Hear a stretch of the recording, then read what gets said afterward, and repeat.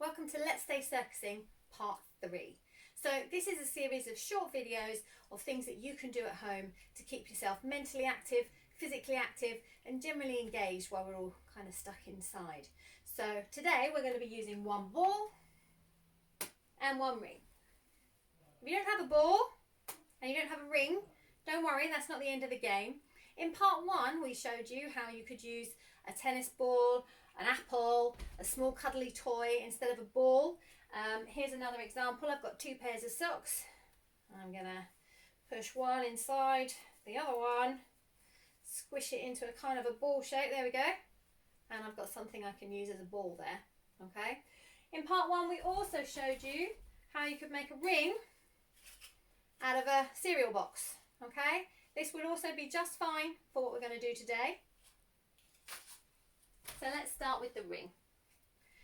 You're going to hold the ring out in front of you like a steering wheel, I suppose, and you're going to just turn it one way and the other. Now notice what I'm trying to do, and I'll be perfectly honest with you, I'm not very good at isolations, which is what we're working on. But what we're trying to do is keep this ring still in space. So it could be just still. I'm not going like this over to the sides. I'm holding it in front of me. And this movement's really coming from my shoulders. I'm trying to make the ring stay still.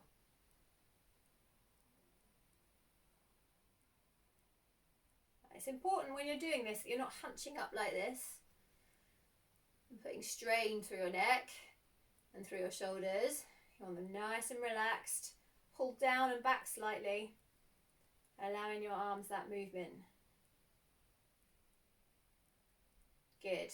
Okay, once we've tried that, we're now going to try the steering wheel test. So when I learned to drive, we did this whole thing about moving the steering wheel with one hand and passing it to the other hand, and then that one moves. So we just do that continuously here. So both hands are together at the bottom. This hand is going to take control. My hands are going to try and stay at the same level.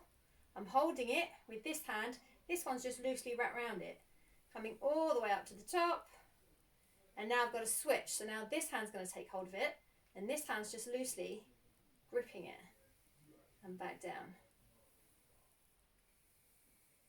Up and down. Now again, what I'm trying to do is make the ring stay still in space. As I said, this is not one of my skills. In fact, to be totally honest with you, none of these are my skills. I'm an aerialist. I spend most of my training time hanging upside down and swinging around in the air. So, you know, I'm no expert on these things, but I do like us to keep active. So then let's turn it around and go back the other way. So this time the other hand's controlling it to the top and switching over to come down. Do you know what? Already, I've obviously had some, well, I suppose I've had a week off aerialing now, but already I can feel this in my shoulders. So when you get good at it, you can kind of speed it up. And you can lose the other hand. You can't go all the way around, but you can try and keep it still in space. That's not too bad, I suppose. As always, make sure you try both hands.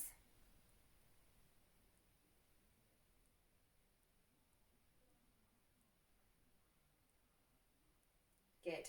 Excellent. Okay, I think my arms are warmed up now. How about you? Good. Right, so grab yourself a ball then, or a pair of socks, okay? Now, I totally stole this one from a guy called Peter Duncan when I was at EJC last year. He runs an organisation called Co-Train, and this is called Cow Jumps Over the Moon. So you're going to hold the ring out in front of you, just like we did, but with one hand, and you're going to try and throw the ball over the ring, swap hands and catch it. So throw, swap, catch, throw, swap, catch, throw, swap, catch. Try not to throw the ring like this. That's a mistake lots of people make. You're going to keep hold of it and you're going to pass it. So it's worth maybe just practicing this for a second. And if it's been a few days since you've done any kind of ball exercises, maybe you want to come back and just warm up again with that one ball arc throw. Throw and catch, throw and catch.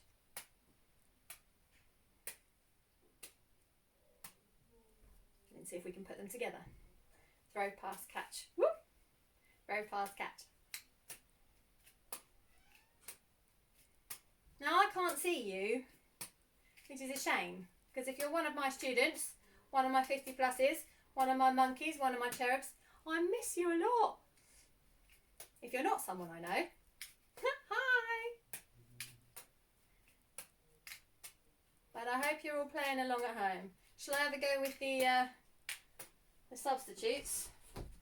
Let's try with my paper ring and my socks.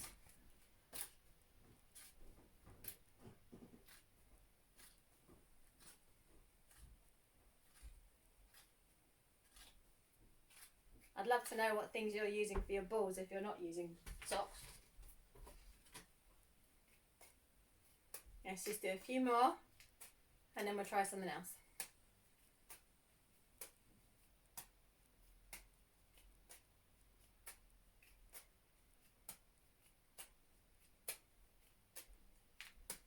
Good. Okay. Now let's hold the ring the other way around. Okay. I call this one pop up. So what I'm going to try and do is throw the ball up through the hole. Whoop.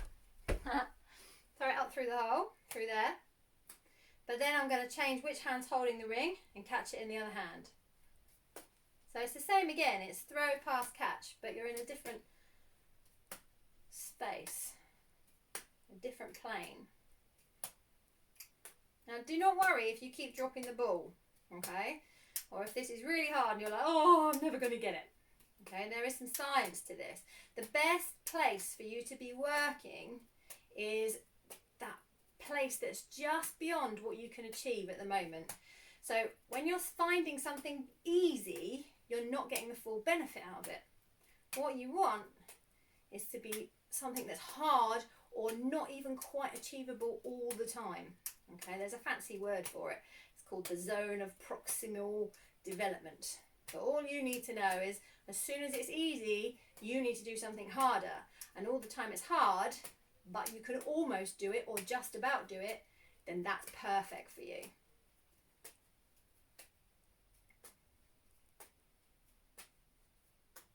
Up, pass, catch. Up, pass, catch. 1, 2, 3. 1, 2, 3. 1, 2, 3.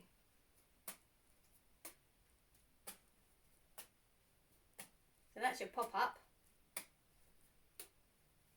And the next one we're going to do, I call it down the rabbit hole. And this was actually invented by a friend of mine. She does aerial as well, and she used to come to my Learn to Juggle lunch break. So Chloe, if you're watching, thanks guys, this is one's for you. So instead of throwing it up through the middle, you're going to throw it from the outside, and it's going to go down through the middle, and you're going to try and catch it in the other hand. This one is more challenging for sure. Whoop. Now, I'm not doing a very good job of this. Obviously, the idea is that you keep the ring exactly still, not this going from side to side that I appear to be doing today.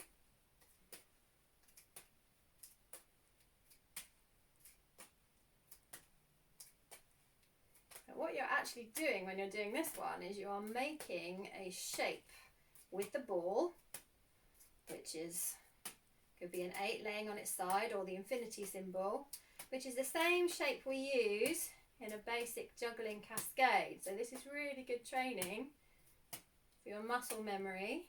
Whoop. Talking and doing it together is harder. Especially if you want to carry on and learn to juggle eventually.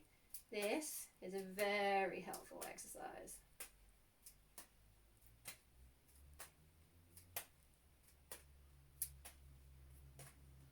Good. So let's just go over all those ball and ring ones that we've done. Cow jumps over the moon. Pop up.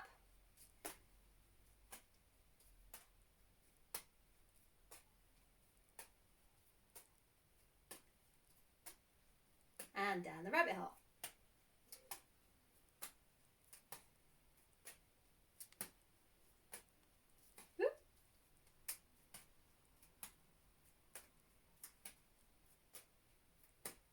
Good.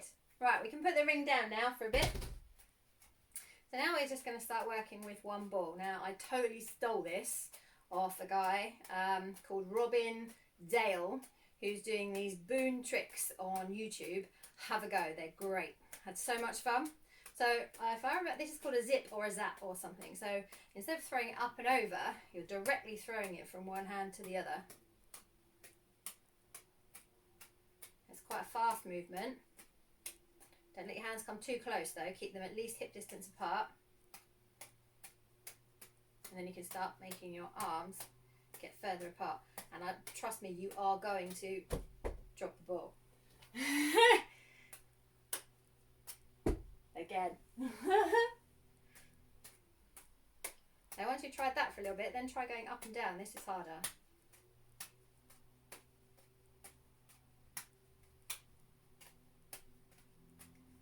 Always do the other side as well.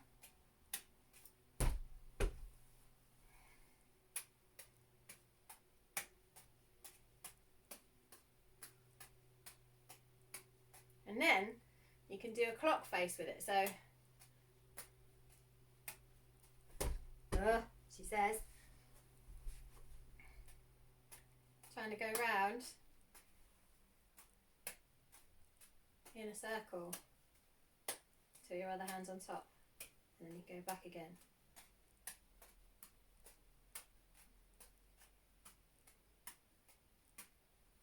And there you go, zips or zaps or whatever, but good fun. I like those.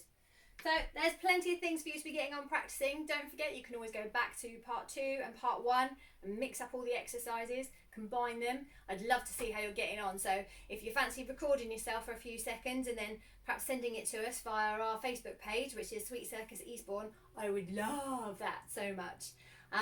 Check back in on Wednesday. We're going to have another mind, body boggling, laughing inducing exercise for you to try at home. And Fridays are going to be our family sessions. So subscribe to YouTube, subscribe to our channel on YouTube, hit the bell, that gives you your notifications, and of course give us a like. We like likes. Likes are great. Anyway, till next time, take care.